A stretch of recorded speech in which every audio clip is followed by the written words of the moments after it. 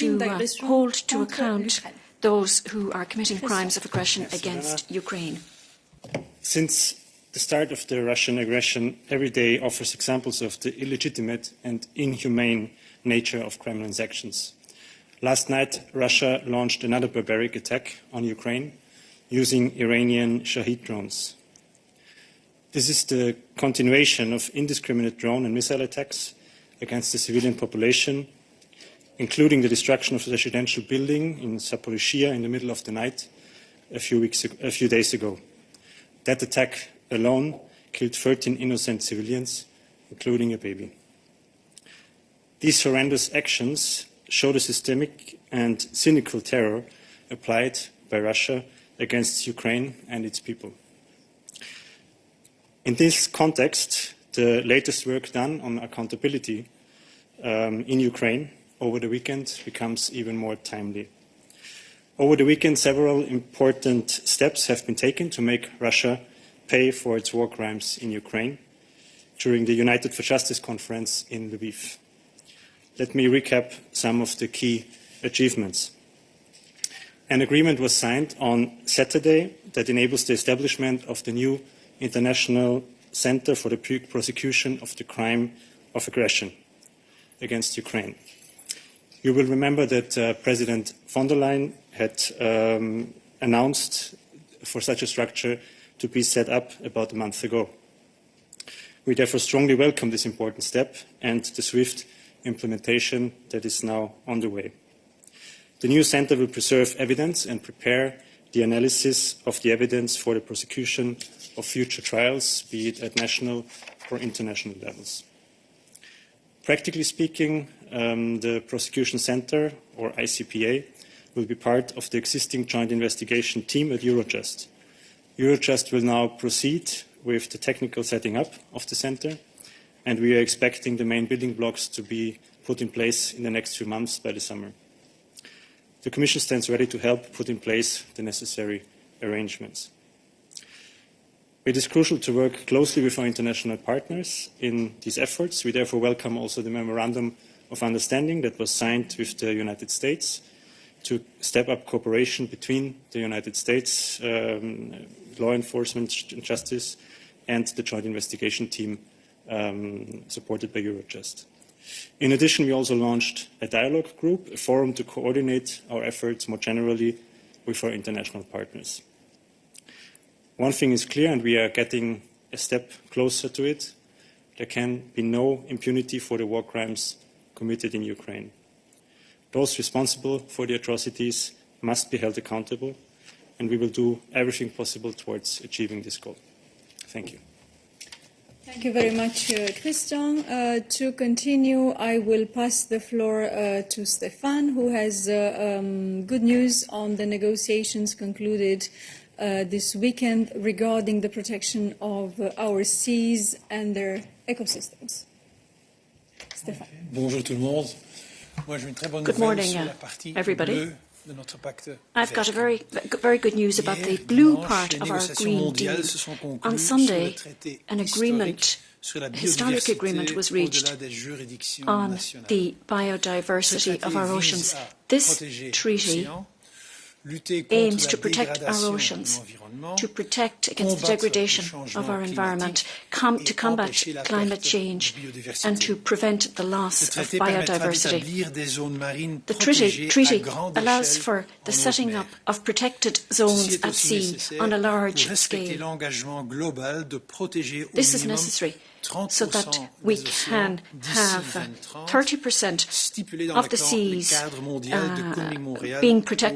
being a protected area by 2030. For the first time, the treaty also allows for the evaluation of economic activity at sea on ocean biodiversity. The EU and its member states played a key role here. Thanks to the High Ambition programme. and this, as I say, is a truly historic agreement. There will be more information available at our press corner. Thank you. Thank you, Stéphane. Those are all of our announcements for today. Now I can open the floor to any questions you may have. Let me know, please, if you have questions. Mose, I see you're very motivated. Go ahead.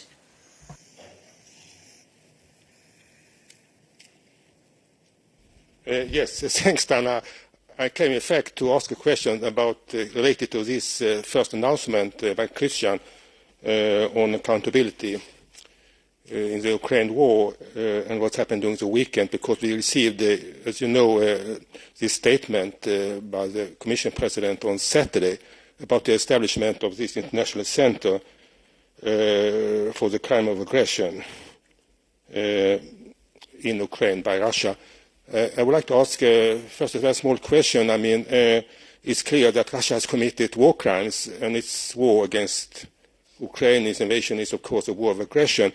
I would like to ask, what about the other international crimes which can be prosecuted by the International Criminal Court in Hague, such as crimes against humanity and even genocide?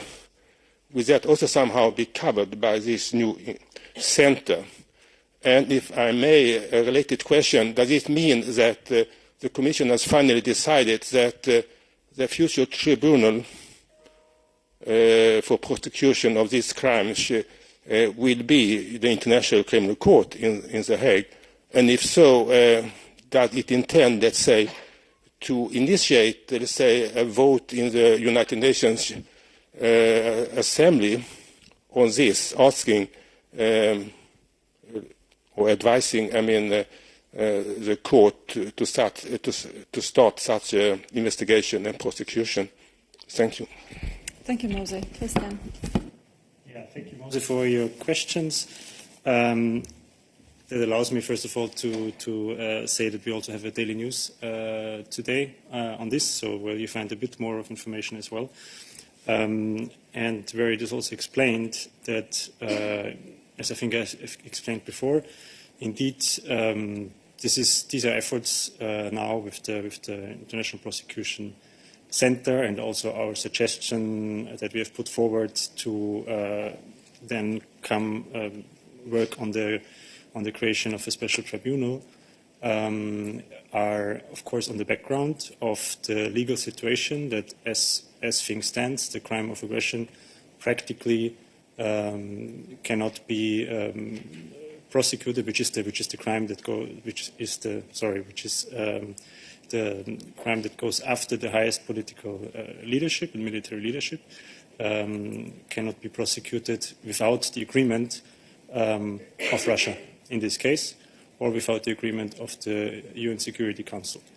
This is why we had proposed at an earlier stage, and there are these options papers that you will remember that we have put forward, and which are further being discussed with the Council, to come up with another solution and go in the direction of a special tribunal.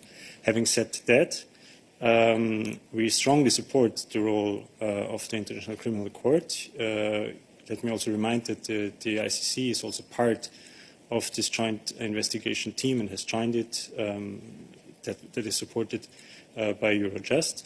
So there is close cooperation ongoing, and of course all these crimes that you mentioned can be and should be prosecuted by the International Criminal Court as it is foreseen.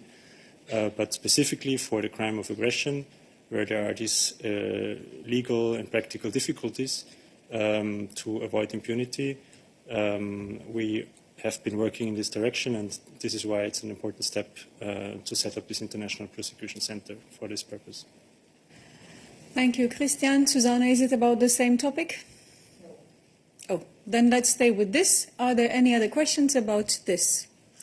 Yes, Ksenia has the hand up in the system. Go ahead, Ksenia.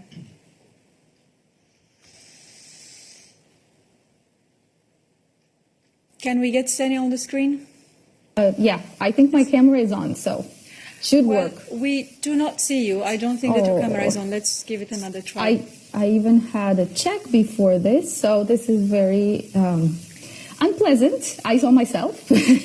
I know how you feel about that. Happens here as well. But let's give it another try. We'll give you a few more seconds to try to connect the camera. Yeah, it was actually completely connected. Do you have any advice? No.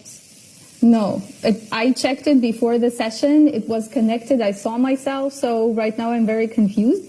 But yeah, so, rules are rules. So indeed. So we give you a few more seconds to try to. There's nothing I can literally do. Find your camera. No, it's really on. It's. I think okay. Now there's some movement, but I don't know. I can just. The camera is not working. I need you, okay, for integrated, agree. Okay, let's see. Yeah! Okay. Thank you. Okay. Thank you for your patience. Applause is for Ksenia. Thank you for making the effort. Okay, so the question is about the timeline, because right now, I mean, the International Center for the Prosecution of the Crime of Aggression, because we heard from Commissioner Reinders, we heard that it was supposed to be in function by July, and now Christian mentioned that the first building blocks would be up within the next 2 months, so by the beginning of the summer. Can you specify a little bit what are these building blocks and how it's supposed to actually start working, and from which month, more or less, or date? Thank you. Christian. Yeah, as you know, it's always difficult with such things that you do for the first time to give an exact time frame. That's why we have said by the summer. Commission Reinders has made it a bit more concrete, maybe with July, which is also summer. So I wouldn't want to now go into a more detailed explanation of the time frame. This is something that is a high priority, and where I'm sure everybody involved and also Eurojust is working with high speed to make it work. I would refer you also to the press release that Eurojust has put out over the weekend, which gives you a bit more details of what they are doing and preparing. What has happened now is that, if you want, we have, so to speak, the legal basis, or with the signatures, to set up this structure, and now this is being done practically with arrangements being made for prosecutors that would work in that context. But as I said, you maybe take also a look at the communication of Eurojust, and stay tuned. Thank you, Christian. Are there any more questions about this topic? Go ahead, Rafaela. Very much. Just to specify, who will have access to this kind of database? Just countries, prosecutors take part in this center, or also from third countries then? Thank you. I think that's a question I would say that is best to check with Eurojust at this stage, if it's already clear. But in any case, it is in the context of the existing joint investigation team. So that already gives you a hint, but I would not want to now, give too much information of some details that might still be being set up. Yeah. Indeed, Eurojust is better placed for this one. I think that Ksenia now has a follow-up question. Let's try to get her. Yeah. I'm sorry to say, Ksenia, now we have the image, but we don't have the sound. So try to sort that out. I did not change anything. Now it works. Now it works. Okay. Okay, thank you. So I think, Christian, you mentioned 2 building blocks. I just want to know, these building blocks, are you referring, I mean, I'm pretty sure you're not referring to concrete buildings, but maybe you are. So could you please give us a little more detail on that fact that you mentioned? Thank you. No, I'm indeed not referring to any buildings. I'm just referring, well, now you're asking me to interpret my own words. I mean, I'm basically what we're saying is that the main elements of the center should be in place by the summer, so that, as I said, refers to, make it basically possible for the center to start its work. But I'm not going to go any further than this now. This is work in progress. Yeah, in this preparatory work so that the center is fully operational and operationally active by the summer. Mose, go ahead. Thanks, because now I also have a very quick follow-up question, because from your answers, Christian, you get the impression that, as you said, this is the very first or important step. And then the question is, can this new center, which is going to be established now and in these buildings and so on by the summer, can that be seen as the embryo, let's say, of the future special tribunal for prosecuting these crimes? Thank you. Well, I would say it is an important step in this direction. Of course, because before you can bring cases before court, you need to prepare them and have investigations and prepare a prosecution. Yes, so in that sense, it's an important step in this direction. Thank you. We have a few more questions in the chat. I think David Price has a question on that as well. David, is the question about this subject matter? Yes, indeed. David Price, Your Democracy. There's one... We lost David, sound and image. We try to recover him. It's not working.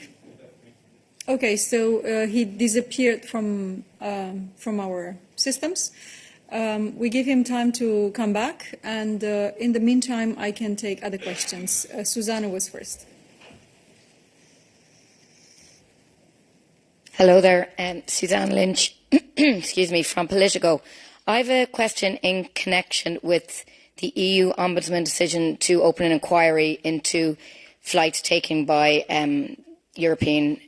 senior European Commission officials. Is that yourself, Donna? That's okay. That's for Balázs. But Okay. First, we give time to Christian to move. Yeah.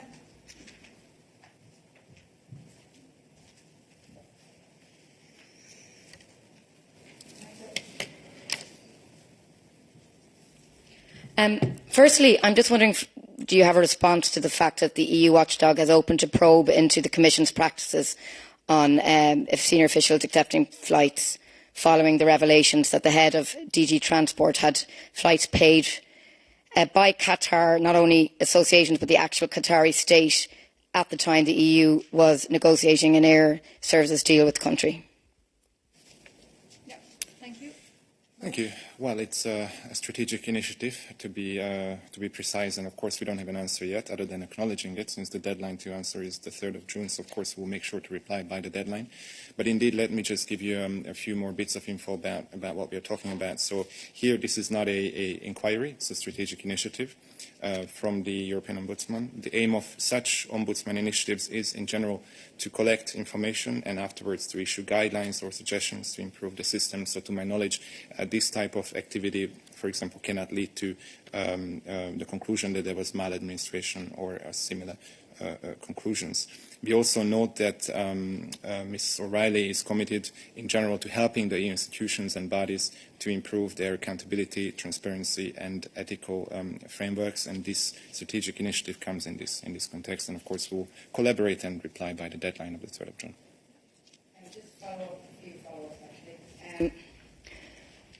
In your response, the Commission said that the fact that the top person in DG Mobility and Transport accepted paid for flights, that this was signed off, it was conducted in accordance with applicable rules, and potential conflicts of interest were carefully considered and excluded.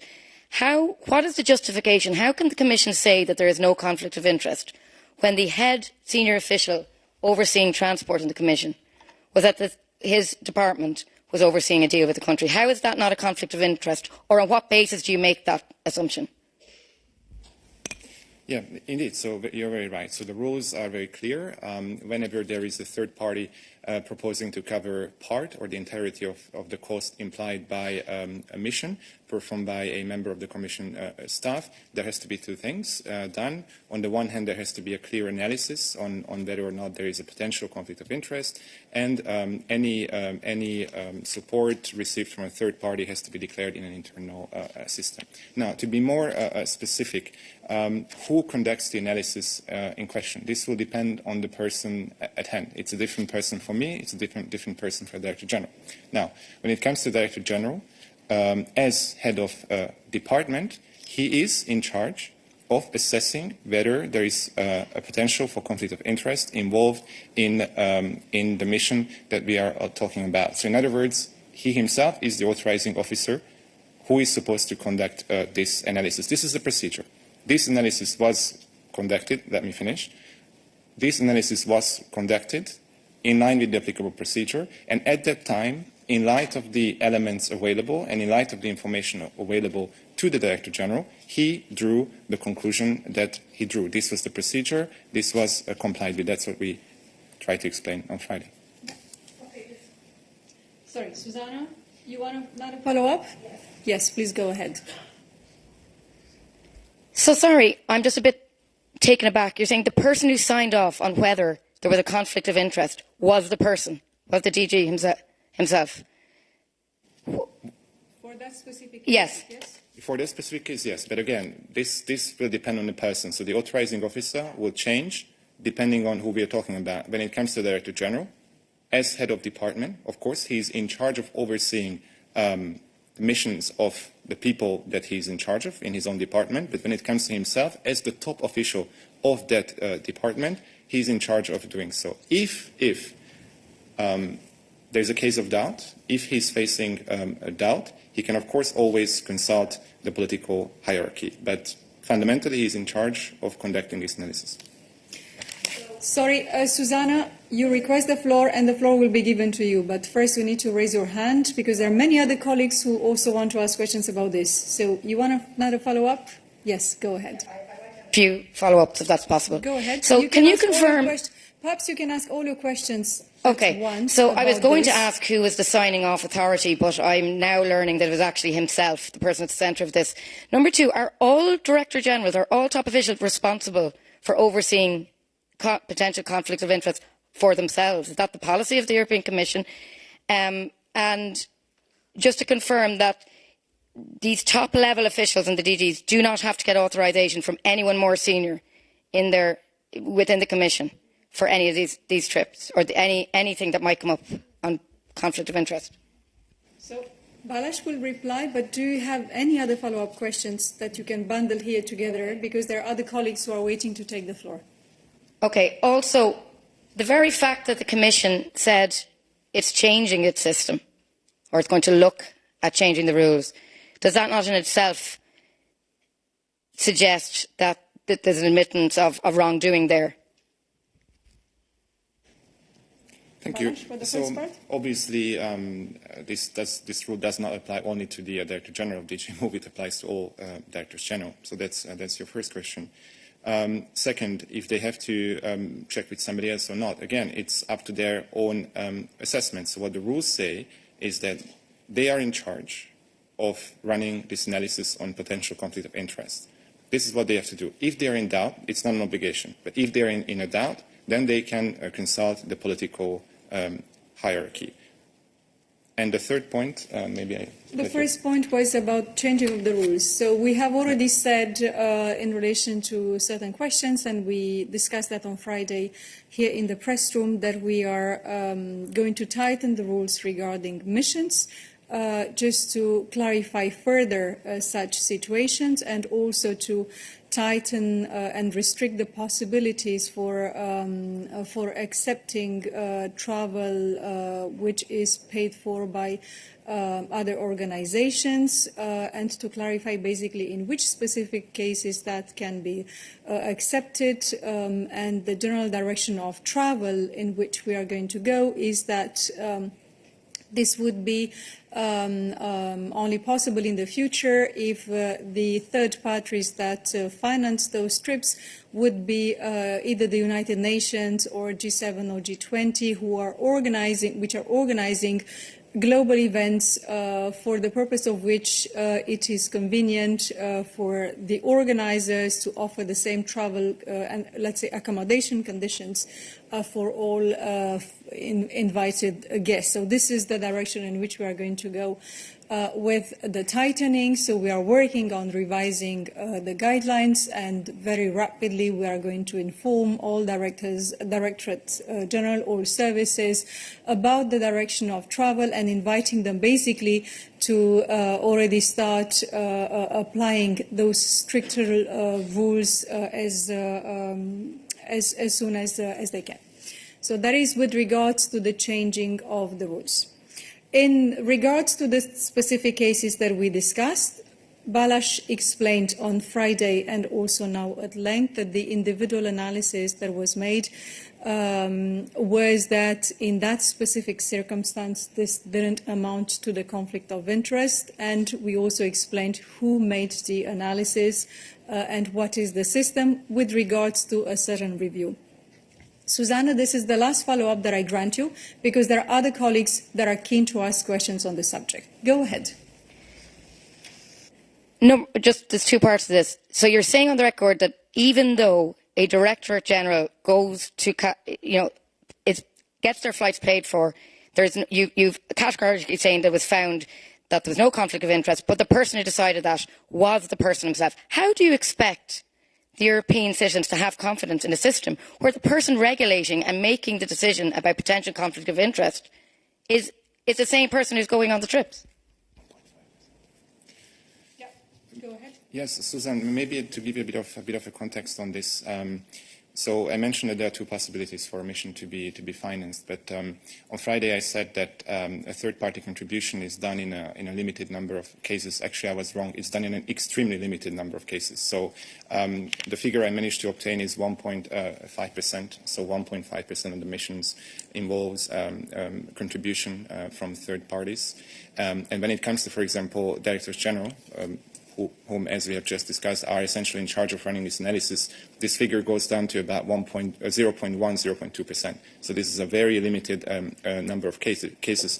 But of course, this doesn't prevent an analysis from having to be conducted by these individuals. And in this particular case, as we said, in light of the elements known at that time to the Director General, the conclusion that he drew was that there was no conflict of interest, and that's why the mission took place. And an additional element to add is that in that very limited number of cases when missions are paid for or their financial contributions from other parties, most of those take place in the EU member states in relation to events organized by the presidencies, for instance, or other member states or conferences where those guests were invited to speak. Right, there are other questions in the chat, so I would like to turn to them. So please now only keep your hands up in the chat if you have questions about this subject. I see a few of them up. Yes, Oliver, go ahead.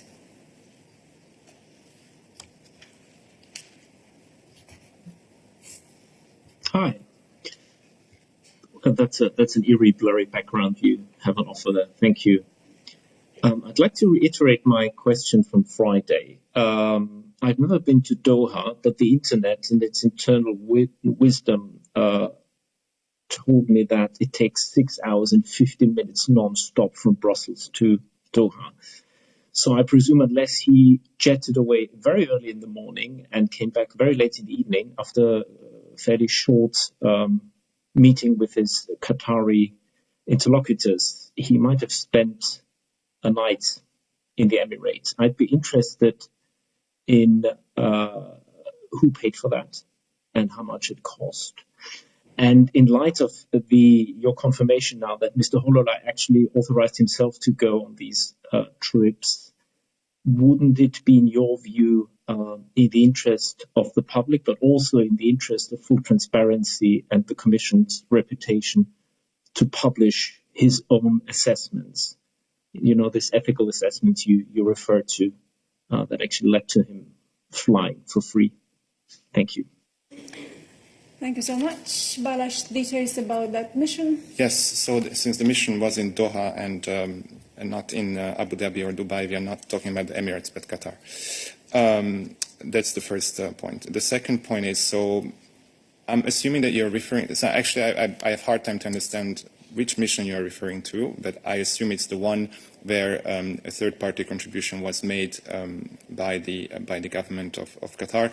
So here, what I can see from the list I have here is that the mission was carried out between the 27th of January and the 30th of January. So indeed, it lasted more than just one day. As for the documentation, when it comes to excluding conflict of interest, if you have any documentation on this, this is essentially an administrative procedure which has to be carried out in an internal system. So I don't have at hand any sort of essay in front of me which lists arguments in favor and against. Again, this is an administrative move that has to be performed in an internal system. As to information about the accommodation, whether it was covered by the organizers? Yes, so in this particular, when it comes to this particular mission, indeed, the third-party contribution referred to the reimbursement of a return ticket and also accommodation on the ground. Thank you. Oliver, you have a follow-up question? Okay, I'll be a bit less elliptic than before. How often did he stay in Qatar? How much did it cost? Was it paid for every time for all of these, I think, 9 flights that the Commission didn't pay for, but that were paid for by Qatar or the association of whatever Arab airline friends, whatever. So on all these trips that we're talking about, did he stay in Qatar? Where did he stay? What's the name of the hotels? How much did it cost? Who paid for that? And basically, the assessment I was asking for, you say, well, it's an internal document and so forth. Are you going to put it forward? Or do we actually have to file information requests for information request? Thank you. Thank you very much for your questions, Oliver. So I think that what Balázs was saying is that indeed those trips were also the sort of the hospitality covered accommodation as well.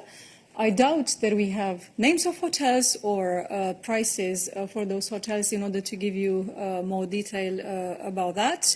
We will try to recover additional information that you consider relevant as we understand from your question, but we do not have at hand details regarding the price of a hotel night in the hotel where the Director General was hosted during his stay there.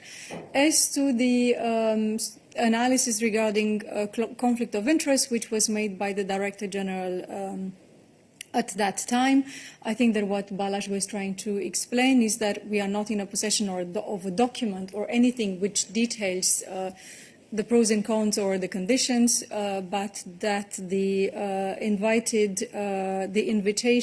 and the context in which the Director General spoke and traveled provided the elements for him to make the assessment of whether that was conflict of interest or not, and the decision, or let's say the assessment that he made at the time was that that didn't amount to a conflict of interest. But I do not know whether there is any document or anything like that that can be shared, but we are going to ask about that. I think, Oliver, you have another question, because I still see your hand up. Yes, go ahead. What about expenses during these trips? So on all these trips, as I understand, he actually stayed there at least one night. This was paid for somebody. Apparently it was not paid for by the Commission, as it probably should have been. What about expenses there? Thank you, Oliver. So it goes to in the same direction for us to say that we are going to look into hospitality offered during those trips. because we already know that the flight and the hotel was covered. This is normally what hospitality involves. But since you want to know more detail and want to know if anything else was covered, we are going to look into that, and we will have more detailed information for you. I see some other questions in the chat. First, I will give the floor to Mathieu, and then I will come back to the room because there are a few colleagues interested here as well. Mathieu, vas-y. Oui, bonjour. Good day, everyone. Simplement, est-ce que vous pouvez nous donner les critères qui servent à décider s'il y a effectivement conflit d'intérêt ou pas? C'est to determine whether there is a conflict of interest or not. I'm struggling to understand on which criteria you base that decision. Is it related to the duration of the event? Is it related to the sum of money involved? Is it related to the type of event that the person is taking part in? If you could just outline the criteria for us. Thank you. Balázs, can you give us any details on that? I don't have anything here with me. What I can say is the following. There are guidelines in place for missions by Commission employees.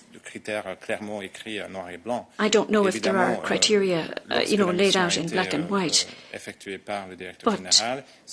when the decision is made by the Director General, it's up to that Director General to carry out an analysis. I'll have to look for the criteria myself and come back to you on it. Thank you. There are questions in the room too. Stefan, go ahead. Yes, you might have done some research. In the meantime, are there other high officials, for example, from the EAS, who were invited by Qatar or other third countries? Thank you. Thank you so much for your question. So, according to the information that we have, and I'm talking here about the Commission, no other senior officials were well accepted or had trips paid by other parties from outside the European Union. So this is the information that I have regarding the European Commission. I do not know about the EES, but Nabila will look into that and will revert. Any other questions? Yes, we had Rafaela first.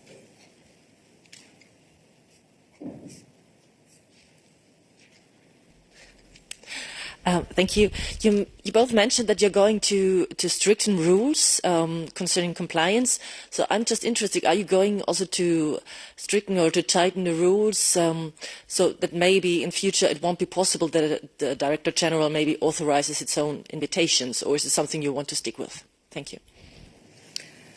Thank you. Balázs, do you have any information? We are in the process of now strengthening the rules, so not all elements are known to us today, but this is a process which is ongoing. We could already offer information with regards to how we are going to conscribe and to restrict the number of cases in which that can be accepted altogether. As to the process of authorization, perhaps Balázs, you already know more? Yes, so there's a broader context here, as I tried to explain on Friday. So the revision of the guidelines actually started back in November, initially because of essentially the greening strategy of the Commission, how to apply that to the mission guidelines, because the last mission guidelines were actually published in 2017, so it was time to review them. In the meantime, considering the developments that occurred, notably towards the end of the year, we thought that it would be appropriate to add an additional dimension. And so not only bringing in the green aspects, but also looking at, for example, how a conflict of interest is prevented through when it comes to contributions by third parties to covering mission expenses. This process is going to take some time still. We are looking at early summer. However, the elements that Dana has elaborated will go into effect with an immediate effect, essentially. So the very aspect that you are raising, we are looking into, of course, into that too. For now, what we have is what Dana has announced. But again, the process will run until the summer, so that gives us the space to incorporate additional dimensions as well in the analysis. Thank There are also, what you need to understand is that basically the directors generals are the high echelon of the management of their respective DGs and of the administrative budgets. But of course, part of this review, we are going to look into the analysis of such conflict of interest. But anyway, if you exclude or if you reduce the cases in which free airline tickets, for instance, can be accepted to the United Nations, G20 or G7 already, you reduce the sort of the spectrum of cases where a potential conflict of interest can occur. So if that is the case, if Commission staff can only accept free tickets if it's in the context of events where the costs are covered by G7, G20 and the UN, I believe that the idea of a conflict of interest is already very, very, very much reduced. Rafaela, follow up. Thank you. But it's not just about flight tickets, it's more about the modus operandi that someone is allowed to authorize his own invitations. So therefore, with all the Qatargate going on in the Parliament and the Commission with a reputation for the European Union, do you think it's still appropriate or is there a need to revise this kind of process? As I was saying, and as you were both saying, this is the system is also looked at in the process of revising, let's say, the guidelines for our missions. Indeed, we had Mose and then we had David. Mose, go ahead. Yes, thank you, Dana. Well, I think that the facts are more or less already known now, as you explained, and it seems to me that this might be a kind of grey area. But the question is, why do I at all have to tighten the rules? Because wouldn't it be self-evident already now that a person cannot assess his own status on this, in this area about a potential conflict of interest because he is himself, let's say, it concerns himself. So it would be, I would say, some kind of contradiction if you would assess it by yourself, whether you are in a conflict of interest or not. That should be done by another party, another person. And in this case, I would expect that the Director General would, of course, have asked for the advice of his own internal auditor, because every DG has an internal auditor. So even if it didn't formally, let's say, violate any rules, but still he surely showed a very bad judgment if he himself, let's say, made this self-assessment, and there is always no, and well, that is the question. I mean, is that not obvious from the very start that you can't do that by yourself? Thank you so much for the question, Mose. I think that both Balázs and Mies explain that basically, indeed, the first instance of the first layer of analysis on whether there is a conflict of interest resides indeed with the person herself in the case of a Director General, because he or she is the highest administrative echelon in the Commission, but that the persons concerned are ought to flag and to discuss and to seek advice with the political level of the Commission in case of doubt. So it would be incorrect to say or to stay at the level of saying that the Director General authorizes his or her own missions and that's it. There is this let's say, requirement to flag or to discuss or to seek advice in case of doubt regarding potential conflict of interest. But indeed, as we said, first of all, by tightening the rules so that only contributions from the UN, G20 and G7 can be accepted, already you exclude or let's say you reduce considerably the risk and the possibility of having a conflict of interest situation, because by definition, any such contribution from a third party other than an EU government in relation to a presidency or those three organizations would be excluded. So I think that this is already a very important element of clarity and of making the rules stricter. David.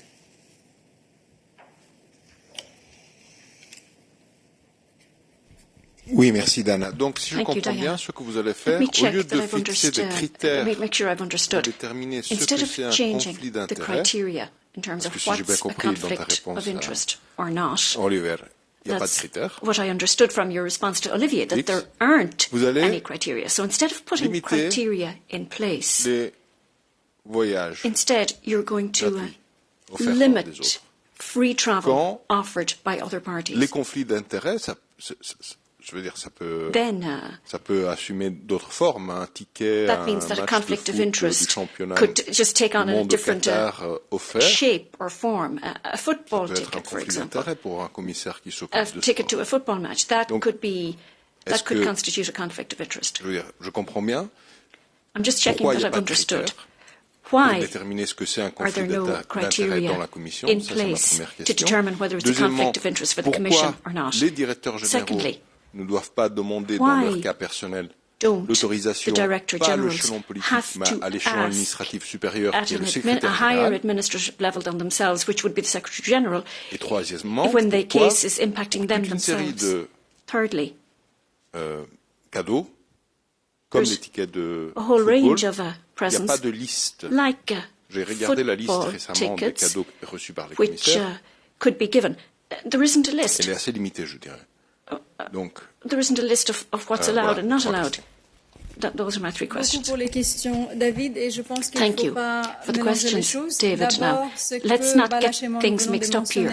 En ce qui concerne les changements des règles du guide d'émission, s'applique à la clarification qui est nécessaire par rapport à qui peut offrir des voyages ou des contributions pour des voyages pour notre staff. Et ça serait limité, comme je dis, aux trois institutions. Ça ne veut pas dire qu'on éliminera une analyse des tout conflits d'intérêts, peut-être même la présence ou une autre activité qui est associée à la mission devrait aussi être soumise à une analyse de conflit d'intérêts. Any aspect of the mission will have to be submitted to an assessment of a conflict of interest. It's not just about ticking a box on this analysis of conflict of interest. I thought what Balish tried to say was that not that there are no criteria, but however, in the specific case of ticking a box for a mission, there weren't any specific criteria rather in place for the mission in question. But there are general provisions of the Commission on conflict of interest, which are quite wide-ranging and cover a number of situations. We're not just talking about ticking a box. In the case that we're talking about here, there were no specific detailed criteria that we can share with you. Now, your third question, David, was about missions and gifts that might be offered. As you know, the members of the college, and by extension the senior managers of the Commission, all, in fact, of the Commission staff, if we receive a gift, there are very clear criteria on whether it can be accepted or not. It has to be declared, and it's determined then whether the gift can be kept or not. Now that goes beyond missions.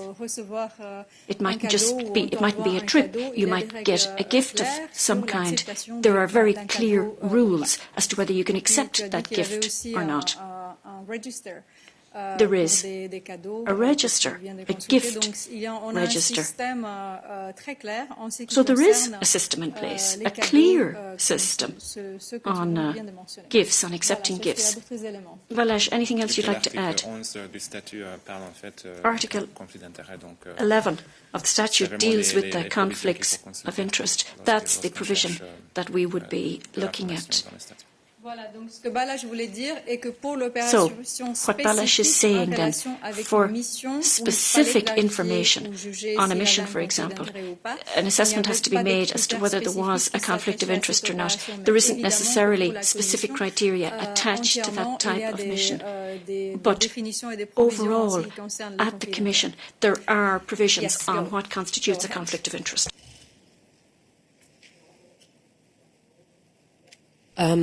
You mentioned that the number of cases of this kind of missions being paid by third parties are extremely limited, but so apparently this Director General was not the only one using this kind of offers.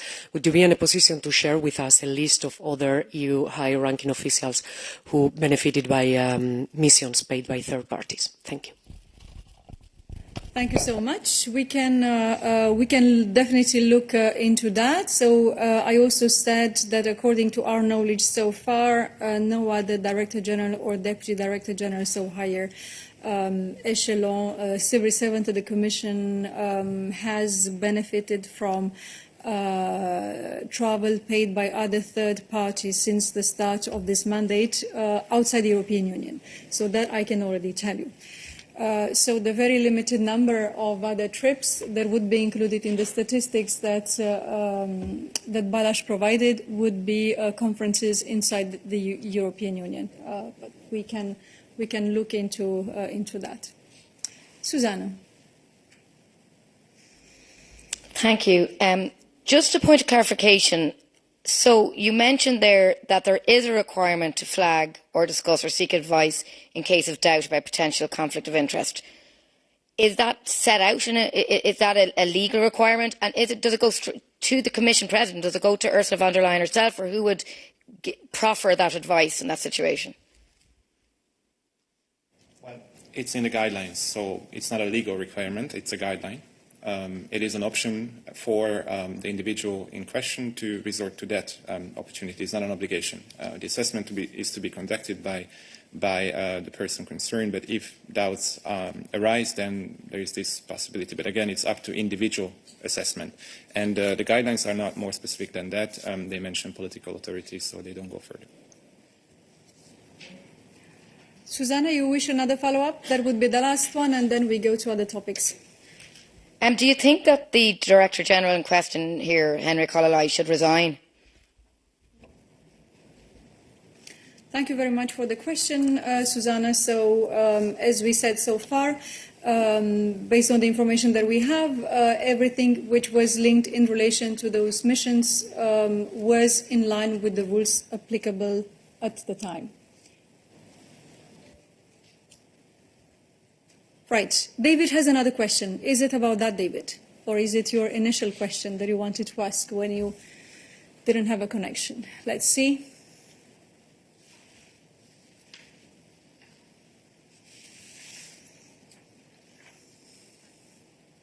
Can we have David? It seems, yes. Hello? Okay. Yeah. Yes. I had a question on the Centre for Prosecution of Aggression, but on this particular topic, could you clarify exactly what happens at the Commission level when there's a conflict of interest? Do they sign off themselves? There's been a number of cases in the past where several commissioners have attended private meetings where the accommodation is paid for by the organisers. When I raised this question in the press room, I was told, there's some ethical questions whether commissioners should be attending meetings with some of the most powerful people in the world and who have very particular financial and other interests. But the accommodation, for example, in the Bilderberg Group, is paid for by the particular organisation. And I was told when I raised the question some time ago that the commissioners involved paid for the accommodation out of their own pocket when the question was raised. I asked for the mission documents, but they were never were apparently found. So I would like to ask, what is the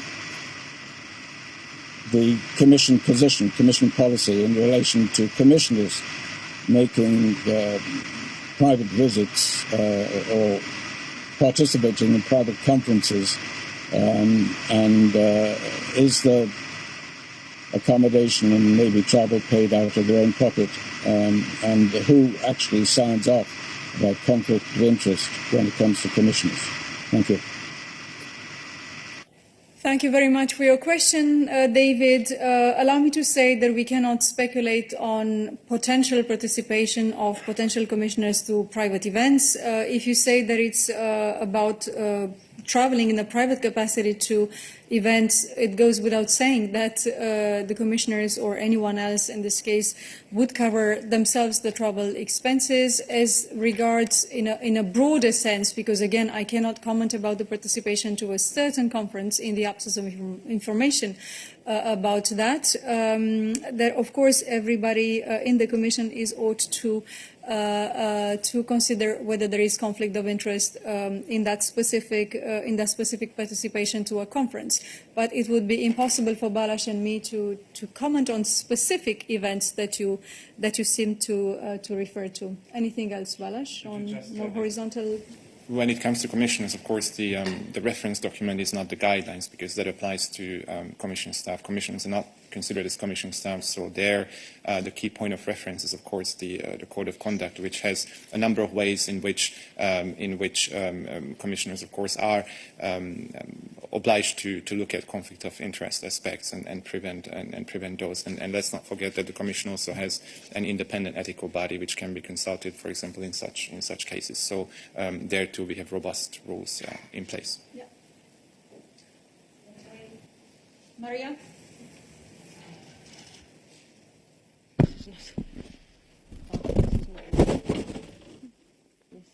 Thank you. Can you hear me? Yes. The President of the European Commission announced that experts from Commission and the European Railway Agency will travel this week to Athens. Can you give us more details? And can you tell us whether the Greek authorities requested the support of European Railway Agency during the investigations that will take place about the tragic train accident in Greece? Thank you. Thank you so much for the question, Maria. So this would be something which is rather for Stefan in relation to the agency in particular. What I can tell you is that we are open and very willing to work with the Greek authorities on all levels necessary and requested in order to support with whatever may be necessary. I can draw your attention to the fact that the President had this morning a phone call with the Prime Minister where they discuss, of course, our openness to cooperate on this, and it's in that framework that a team from the European Commission and from the Railway Agency will travel to Athens to look how we can advise, share know-how and support in any other ways with regards to a modernization of railways as would be considered necessary by the government, and in particular with regards to any safety elements that may be relevant there. But Stefan. Thank you. Then I think you've asked whether the Greek authorities requested assistance from our Agency for Railways, from ERA. I understand that indeed this was done. I also refer to the phone call of the President, so which is one of the reasons why, of course, as Dana has explained, that we don't only stand ready to help the Greek authorities with this, but a mission will be sent to Athens with colleagues from the European Railway Agency and Commission experts. Thank you. Yeah. We don't have more details at this stage, but we would be very happy to share as soon as we do. You have a follow-up question. Me? Did the Greek authorities actually requested for support by the European Railway Agency? Listen, I'm not aware of the direct contacts between the Greek authorities and the European Railway Agency. You may wish to contact the European Railway Agency for that. What I can tell you is that in the phone call between the President and the Prime Minister, the idea was discussed indeed that there would be a group of of experts from the Commission and from the agency that will travel together. We are, of course, in touch ourselves with the European Railway Agency about this, but I cannot give you any details of any direct contacts between the Greek government and the railway agency itself. What I can tell you is that in this phone conversation this morning, the idea of going together with the European Railway Agency was indeed discussed. Maria, a follow-up. Yes, thank you. I have a follow-up regarding the new technology system for the rail safety, ERTMS, which was supposed to be in place in all the countries in Europe until 2020. However, Greek authorities announced delays in March 2022, so 2 years after the deadline. And the European Commission accepted to postpone the ERTMS deployment in Greece from 2020 to 2023, so on some sections of the network. Why is that? I mean, how do you justify this? Thank you. I don't think I'm in a position to give lots of detailed information. I can indeed say that in May 2022, the Commission had accepted justified requests from the Greek authorities to postpone the dates for making ERTMS operational on the 3 so-called 10T core network corridor lines, namely the Acharnes-Gefiris line from 2020 to 2022. Also on the Titorea-Acharnes line from 2020 to 2023, and the Domokos Palaiofarsalos Thessaloniki, sorry for the absolutely awful pronunciation, where we had an postponed from 2020 to 2023. According to information shared by the Greek authorities with the Commission services in January 2023, the ETCS level 1 line is under construction with completion envisaged for 2023. So yes, requests have been made, are checked by the Commission, and this is for now what I can say on the assessment which was made there. Thank you very much, Stefan. Are there any other questions about this matter? I see a few hands up in the system. I will want you to only keep your hands up if they are about this topic. I see Maria in the system. Hello, and thanks for the floor. Actually, 2 follow-ups on Maria's questions. The first is, if I'm not wrong, last week, Adalbert, answering to my question, said that the Greek authorities should send a request from ERA. While I had a contact with ERA, and they told me that till Friday afternoon at 6:30 there was no request by the Greek authorities. So it is crucial for us to know when this request was sent, if it was sent, or it was a decision taken during the phone call between the Greek Prime Minister and the President. This is the first question. The second follow-up is if you could provide us the reason that the Greek authorities shared with the Commission for which there was a postponement of the implementation of the ETCS system, and why the Commission accepted this reasoning. Thank you. Thank you very much, Maria. So, as I said, with regards to the railway agency, we are not in the middle of contacts between government authorities and the agency, so I cannot tell you, nor can Stefan, of any direct contacts between the government and the agency, but I warmly invite you to check with the agency for the latest information, as you mentioned that you have checked on Friday. What I can only confirm is that indeed we are ourselves as a Commission in touch with the railway agency, and we are committed to provide our joint support, and this is why we are going to travel to Greece. Our experts are going to travel to Greece to discuss with the government about modernization and the improvement of safety on Greek railways. But I cannot give you any information regarding direct contacts between the government and the agency. On the second part of the question, Stefan, what can you add? Yeah, on the second part of the question, I'm also not in position to share much more information. We received requests following delays to postpone. What is maybe, however, important is what my colleague Vele had also said last week, that the problems related to the management of the railways, railway projects, are acknowledged by the Greek authorities, who agreed to a series of reforms, indeed, to be carried out in the coming years, which is why the Resilience and the Recovery Fund includes a milestone according to which the European Rail Traffic Management System, the ERTMS, shall be fully deployed on the PATEP network by the third quarter of 2023. So this is an important milestone in the context of the modernization of the network. Thank you. Yeah. Thank you, Stefan. Is it about this, Mose? Go ahead. Okay, thank you. Sorry for taking the floor again, but I just have two very brief follow-up questions. One is, can we expect that these experts from the Commission or from this Commission's agency will participate in the official investigation by the Greek authorities of this tragic accident? And secondly, is it reasonable to say that if that equipment would have been installed in time, this accident would have been prevented? Thank you.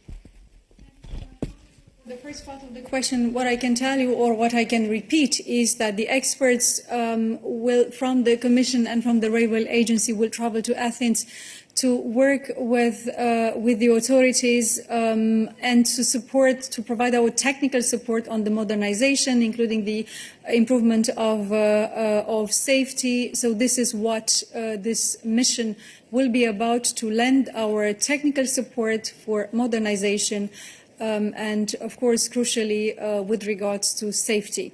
The investigation is a matter for the national authorities. Anything to add to the second? No, indeed, as Dana said, the colleagues and experts will be there to see how we can help, to map support, to map what we can do. And as Dana also said, the investigation itself is fully in the hands of the national authorities. Thank you. Thank you very much. Any other questions about this?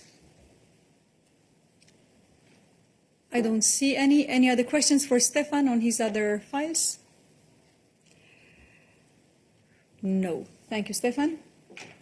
Rosie had another question. Go ahead. Thank you very much, Rosie Burchard for DW.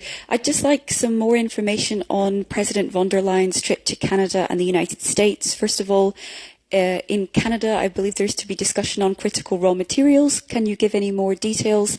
And secondly, for the Washington trip, there's only an announcement for activities on Friday, but I believe she's already arriving on Wednesday. So do you have any other details you could share on what the President will be doing there? Thank you.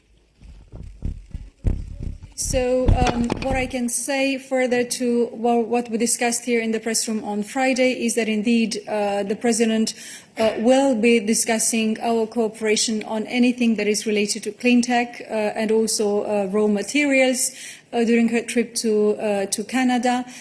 She is also going to have a meeting there with business representatives, including European businesses present in Canada. So obviously cooperation on raw materials is going to be important in the US as well as in Canada, because in Washington too, clean tech cooperation is going to feature importantly in our discussions.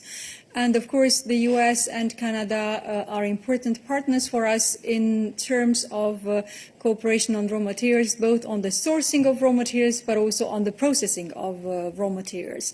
This is all I can tell you at this stage, but I would be happy to provide further readouts as the meetings go on. No, I have no other details on activities on Thursday, and I don't have at the top of my head the exact hour when the President will land in the US, so I cannot tell you exactly what else, in addition to traveling, is foreseen for Thursday. I see a couple of hands up in the system with additional topics to address. So first of all, Gérard, go ahead.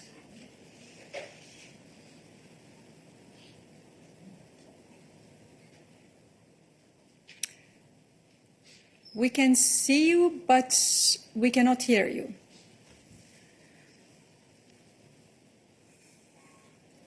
And there is nothing we can do about it on our side, so please check your mic sources. And then, in the meantime, I will give the floor to some of the other colleagues who have been waiting for a long time in the chat. Tommaso, go ahead. Yes, good afternoon. Many thanks for the floor. Tommaso Galavotti in Kronos, Italy. It's just a question for competition, because here in Italy, Cassa Depositi e Prestiti announced yesterday a public offer for, along with the Australian fund Macquarie, for the network of TIM, the former Telecom Italia.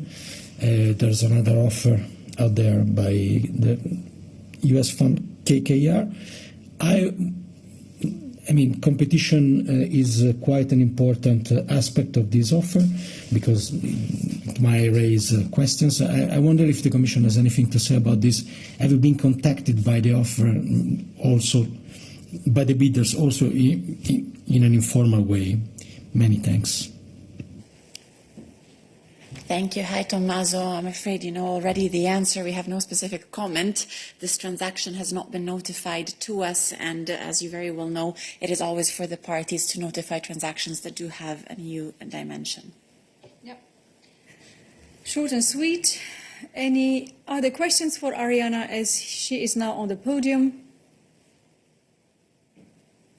All the hands went down promptly, so thank you, Ariana. And then let's open the floor to other discussions, other points that you may have today. I still have 5 people in the chat who've been waiting for a long time. Angela, go ahead.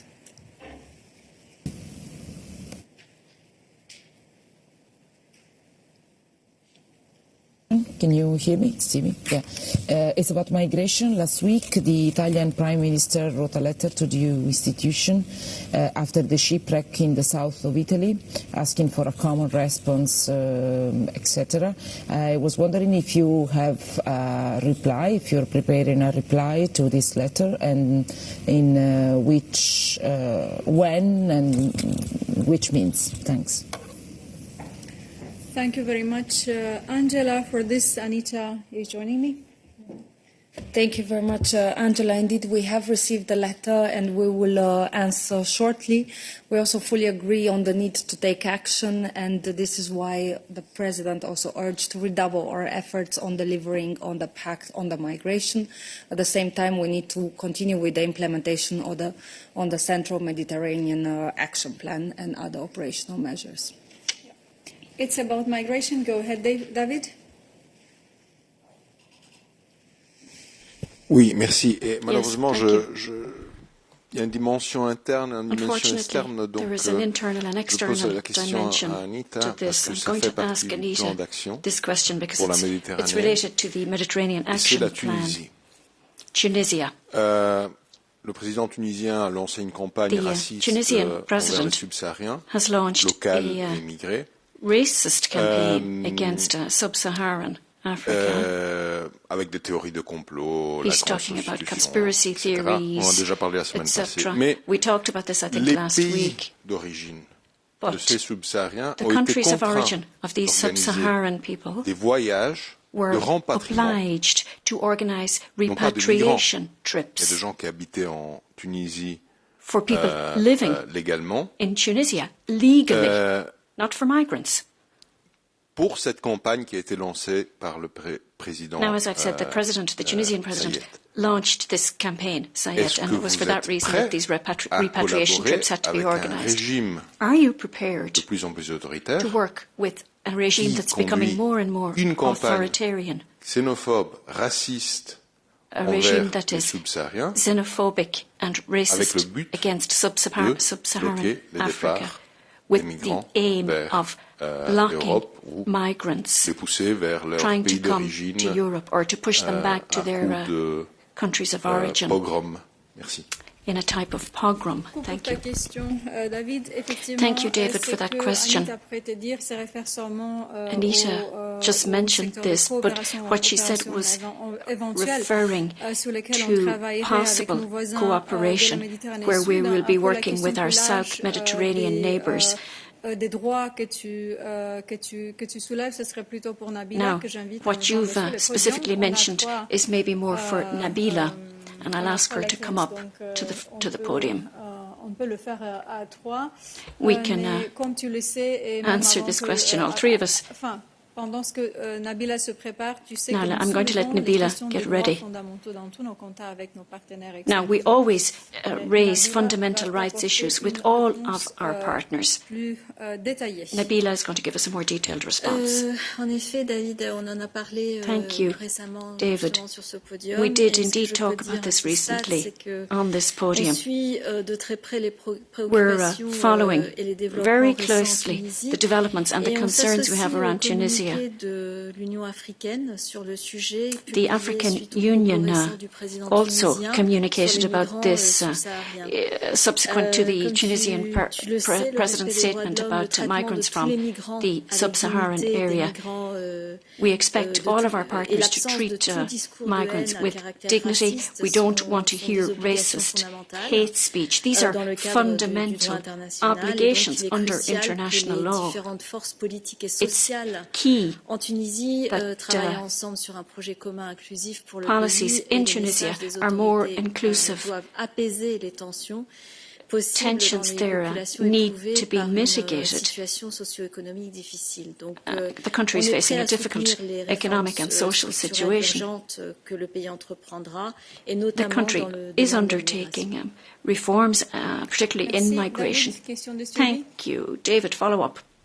Oui, ma question est, yes. Est-ce que la commissaire Johansson ou le vice-président Skinas ou la présidente von der Leyen sont prêts à mettre leur signature sur une coopération sur a cooperation agreement on avec un régime qui accue la politique que le service d'action externe vient nous dire policies which the EEAS tells us don't respect fundamental rights.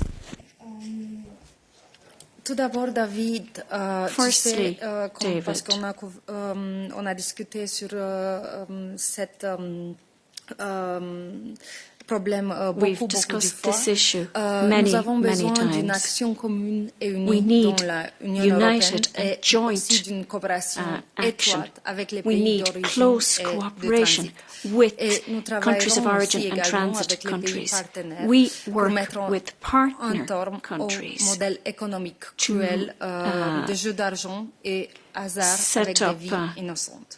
to set up a system where innocent lives are not put at risk. The Commission has intensified its efforts to reduce irregular departures and reduce the loss of life on the EU borders. We've proposed in our action plan a number of actions. These actions aim to set up cooperation with the agencies of the UN and with partner countries. As Peter explained the last time, we do want to work with Libya and with migrants arriving from Tunisia and Egypt. We know, for example, that Libya is still the main country of departure for migrants, but it's closely followed by Tunisia. Egyptians, Tunisians are leaving from these places. That's why we set up this action plan with measures dedicated to working with all of our partners to provide assistance and to prevent irregular departures. Follow up, David.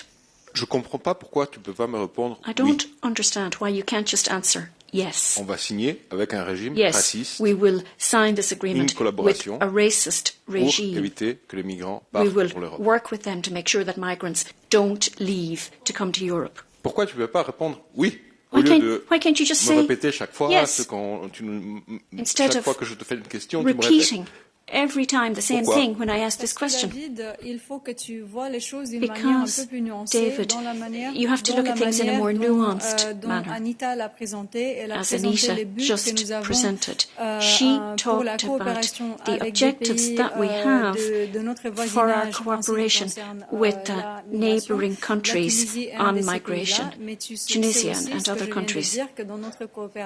But as part of our cooperation, we raise the issues of rights, and that's something that we will continue to do. That will be a thread we will continue to raise in our discussions with these countries. Ta question, si tu veux avoir des réponses très simples, il faut que Now, if you want to have simple answers to questions, I think you need to understand how you're asking them. We work with neighbouring countries. We need to work with them. But we always emphasize the importance of fundamental rights. We emphasize that with neighbouring countries and other countries too on issues of migration. That's the answer I'm giving you. Sylvia. Thank you. It's also on immigration. It's not on. It's on Greece. El País newspaper, my newspaper, has published today an investigation with Greek media that says that in the past few years, over 20,000 migrants have been illegally deported from Greece back to Turkey, and there were many denunciations of money being stolen, money, mobile phones, etc., to the migrants before being sent back to Turkey. I was wondering if there's, given that Greece is also one of the countries that are pushing harder for a harder stance on migration, if you're aware of any of this kind of situation that many NGOs and human rights commissions have already denounced, maybe not in these numbers, but there are several reports on that. Second, how could this affect to the debate, that it's pending debate on migration that we're hoping to see in the next council, I guess. Thank you. Thank you. Sylvia, you know our position when it comes to the need to ensure efficient border management. This must be firmly rooted in the respect of fundamental rights, including human dignity. So I'm underlying this, and the principle of non-refoulement. And also the member states need to respect their obligation under the asylum acquis and international law. When it comes to the specific point you have raised, I'm personally not aware of this, but I have indeed read it just now. Of course, this is for the national authorities to investigate these allegations. And also, in terms of the Commission, we have engaged with the Greek authorities in a close contact with them concerning allegations also over the past years. And as a result of that, the Greek authorities have also set up a three-tier system relying on strengthened internal control procedures, which are tasked with the investigation and prosecution of criminal acts arising in the context of operations by the Hellenic police or the Hellenic Coast Guard. And as far as we are currently aware, there are investigations ongoing. A second system which looks into investigations that are conducted by authorities such as the Greek Ombudsman and also the National Authority, and also the establishment of a fundamental rights officer within the Ministry of Migration and Asylum. Also, at the political level, in-depth discussions have taken place also between the Commissioner Johansson and the Greek authorities. Thank you, Anita. Any other questions on migration for Anita? Yes, Gregorio, go ahead.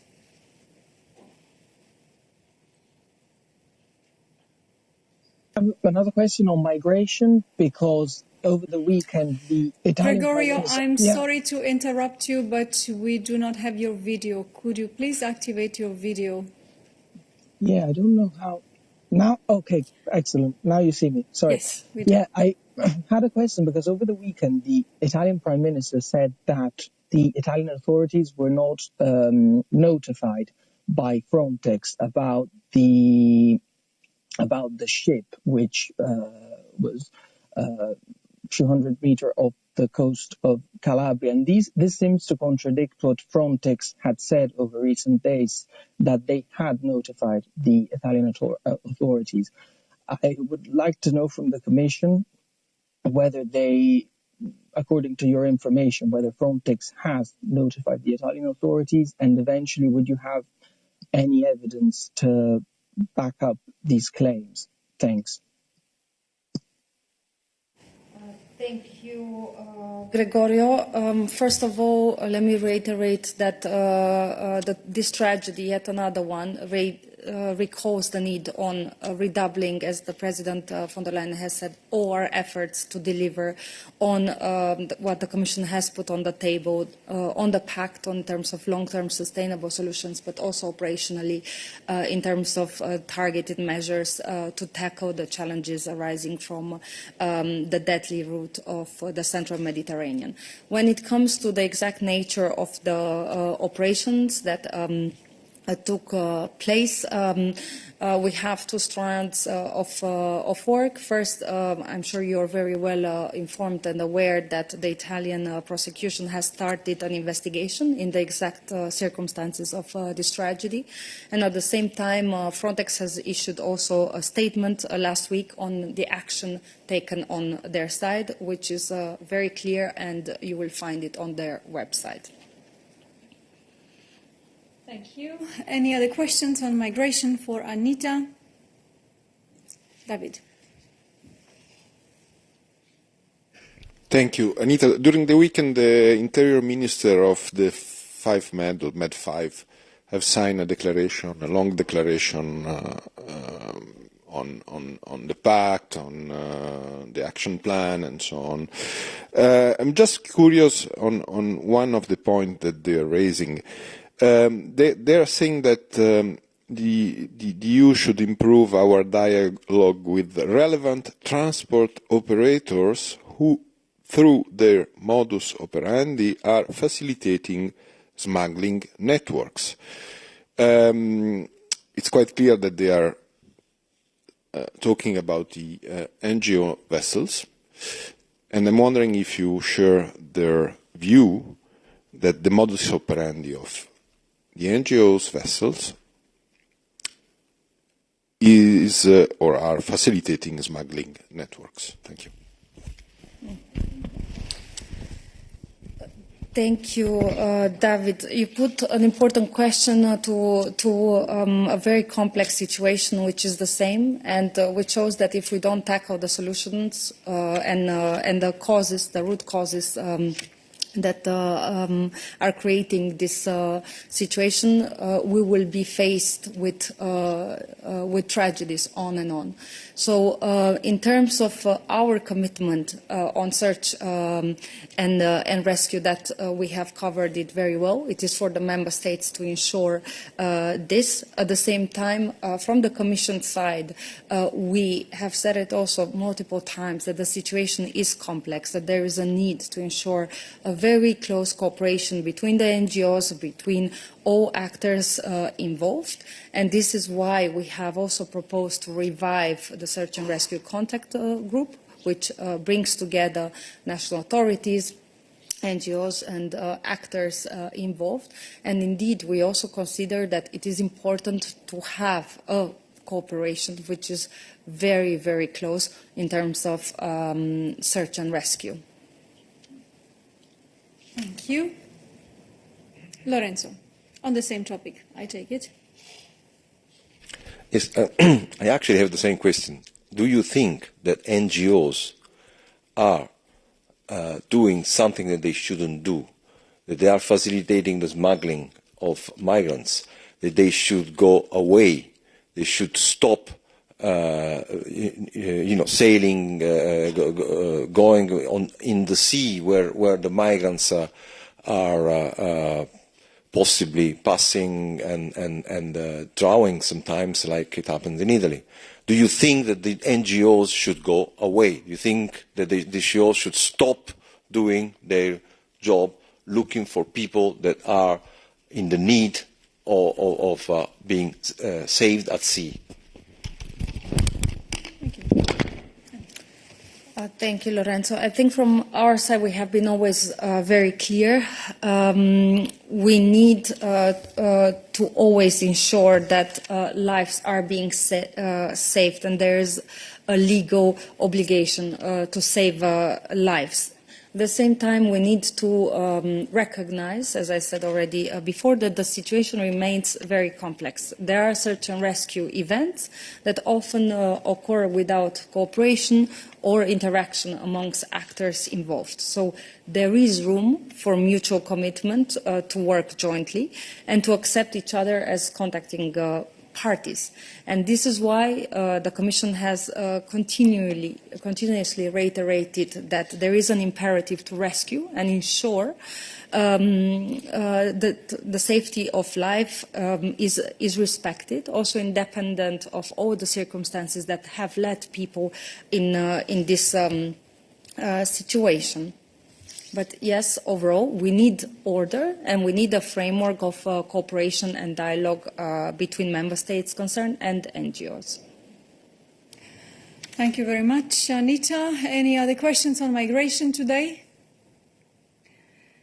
I don't see that, so thank you, Anita. There were a few other hands up for other questions. I wonder if they're still motivated and if they're still waiting to ask their question. Yes, they are still there. So then let me try to get again Gérard. Perhaps in the meantime we can hear him.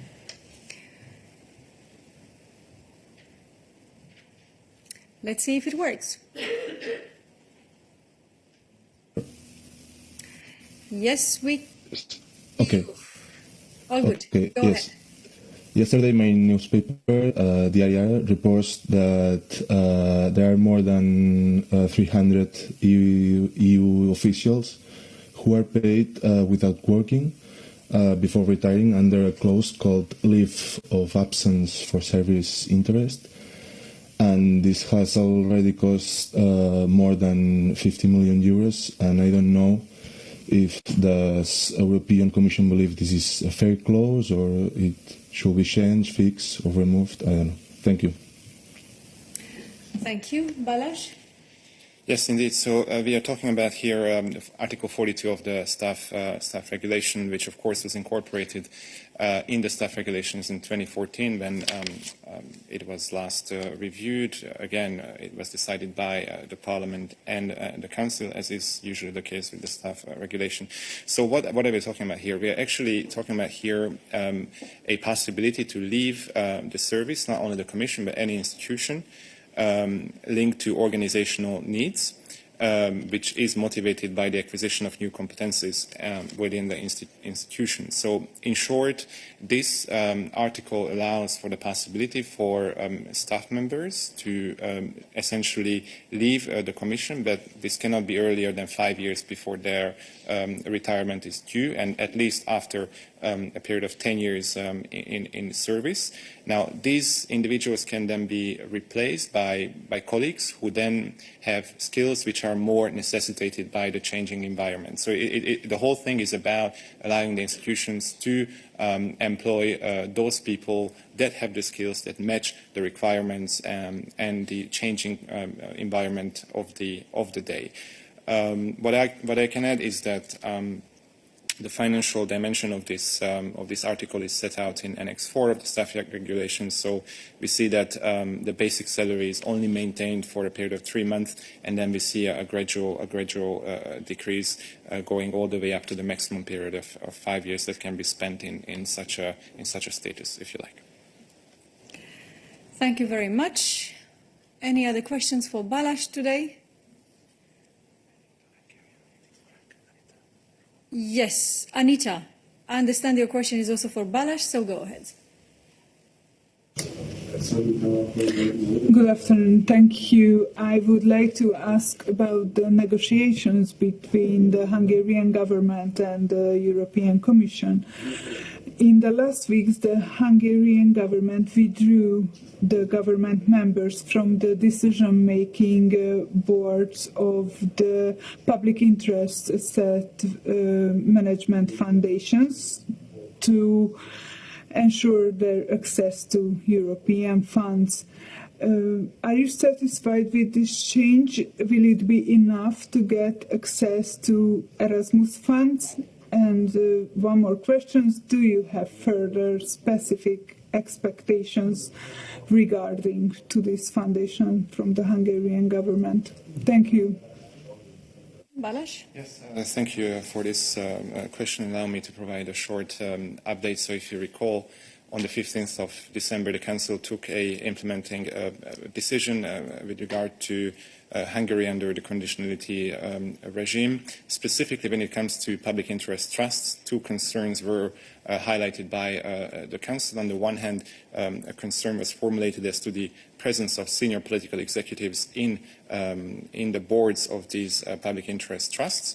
And on the other hand, it was also mentioned that there continue to be some weaknesses when it comes to the regulatory framework, which is meant to eliminate conflict of interest in this particular context. So in the meantime, of course, we have been in close contact with the Hungarian authorities, and we have received a proposal from them to remedy this situation, and we are looking at this proposal very closely. Of course, there are continuous exchanges between the two sides. We will continue to work together with the aim of resolving this issue. As a next step, for example, Commissioner Hahn will receive Tibor Navracsics of Hungary on the 8th of March here in Brussels, which will be the next occasion to have a thorough look at where we are. Thank you, Balázs. Any other questions for Balázs? I see that David's hand is up in the system, but I wonder if it's for Balázs. But I don't see any other colleagues interested in the room or in the chat, so I'll give the floor to David.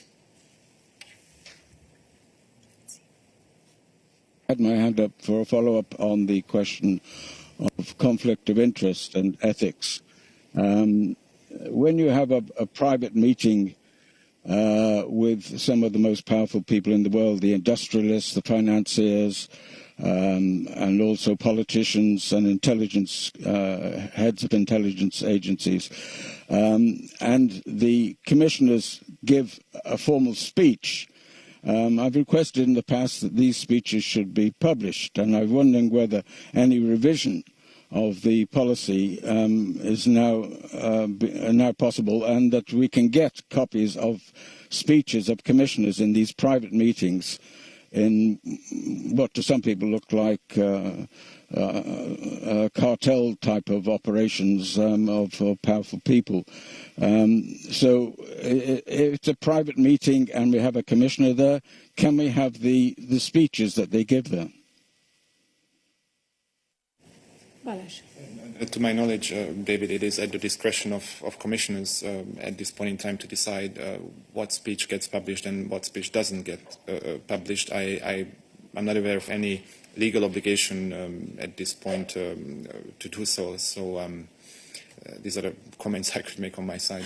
Yeah, indeed, in relation to private meetings, we would keep it at that. Anything else for Balázs today? Not the case, thank you. And I think that Ksenia has her hand up for another question, so let's take that.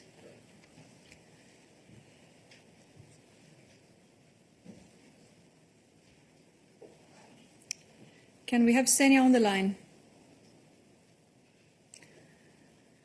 It's no longer... yes, go ahead. Okay. So my question is about a mission to an EU mission to Moldova, which German media reported about. According to Welt am Sonntag, it's going to be a civil mission to improve Moldova's security situation. Could you give us a little bit more information on that? Thank you. Thank you for this. Peter will come on stage to talk to you about this. Thank you, Ksenia. The short answer is no, and the longer answer is that we are constantly looking at ways how to enhance and deepen our cooperation with important partners and neighbors, and Moldova is one of them. The European Union repeated on many occasions, most recently at the Association Council with Moldova last month, that we are committed to help Moldova in any way we can, especially in the current circumstances, but there is nothing specific in this context I would be able to announce today. Thank you, Peter. Any other questions for Peter as he is on stage? I don't see that, so thank you for today. And then I will now finally give the floor to Sean, who's been waiting for a very long time. Thank you very much. So Sean Carroll here from Euractiv. So Commission Vice President von der Leyen was in Germany over the weekend. Commission President von der Leyen. And she met with Chancellor Scholz. The topic of CO2 standards for cars was raised. Germany is pushing for a guarantee that the Commission will come forward with a proposal on the use of e-fuels in combustion engines. Can you tell me if the Commission is prepared to provide such a guarantee? And if so, what is the timeline for providing this, as this issue is essentially blocking the passage of the legislation? Thanks. Since Sean, so with regards to the President's participation to the government retreat in Germany, I can tell you that the discussions were much broader and focused on a very large range of issues, including climate action, digitalization, and the state of the economy in general. And the issue at hand that you mentioned regarding cars was raised very, very briefly, as the President herself had the opportunity to say in the press remarks delivered thereafter. As to the work that we are doing in relation to that issue, Tim. Thanks, Dana. First, let's recall the transition to zero-emission vehicles is absolutely necessary as part of our broader work to reach our climate neutrality commitment, a commitment which is supported by all the member states and the European Parliament. The CO2 standards for new cars are an important instrument to achieve this. The proposed legislation, which has been negotiated since July 2021, is technology neutral. The Commission is now working constructively to support the final vote and adoption of these proposals in the Council, following the recent vote in the European Parliament and the agreement which was reached in a trilogue at the end of last year. As Dana says, the President discussed this issue shortly over the weekend in Germany, and our contacts continue at all levels to get this proposal over the line as quickly as possible. So that's really all I can say for now. We're working on this issue. We're trying to support a rapid conclusion, and we really want to get that done quickly in the context of our broader climate transition and giving the certainty that we need to investors to make the decisions that they need going forward to meet all of these important goals. Indeed, and as we also said on Friday, we would not speculate. It is too early to say at this stage which options we would envisage and which way we are going to land this, to get this over the line. Lorenzo, you had a question about this as well. Go ahead. It's a simple question, Tim. We know that there are some recitals that actually mention the possibility of having e-fuels, and is it possible that without changing the regulation that has already been approved by the Parliament the agreement between the three institutions, is it possible that just working on those recitals, with engagements from the Commission to implement them, that we still have, since the proposal was technologically neutral, that we still have after 2035 internal combustion engines with zero emissions, because this is the problem, no? Zero emissions. If the fuels are zero emission, then the proposal is technologically neutral, so we can have those engines if somebody wants still to build them. Is it possible? I think, Lorenzo, I mean, I'm not going to go into details of what is possible. I mean, in terms of the text which has been agreed and the recitals are there, the Commission, as always, faithfully implements those going forward.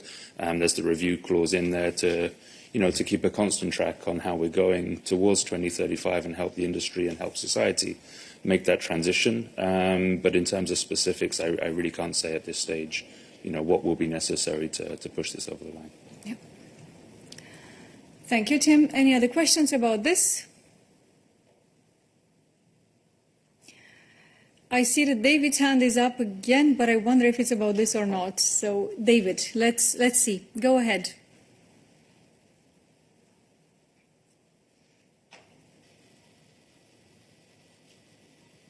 It's not on this topic. I was just. All right. So we thank Tim, and please go ahead with your question, David. Those with a long memory might remember that I was trying to put a question on the International Centre for the Prosecution of Crime of Aggression. This is about Ukraine, but it's also about the impact on the European Union. And I wonder whether the sabotage of the Nord Stream pipeline, which is certainly a crime of aggression, is part of this investigation and data collection. Thank you. Thank you very much. Well, I think that the crime of aggression has a clear definition. I can invite Christian to talk to you about that.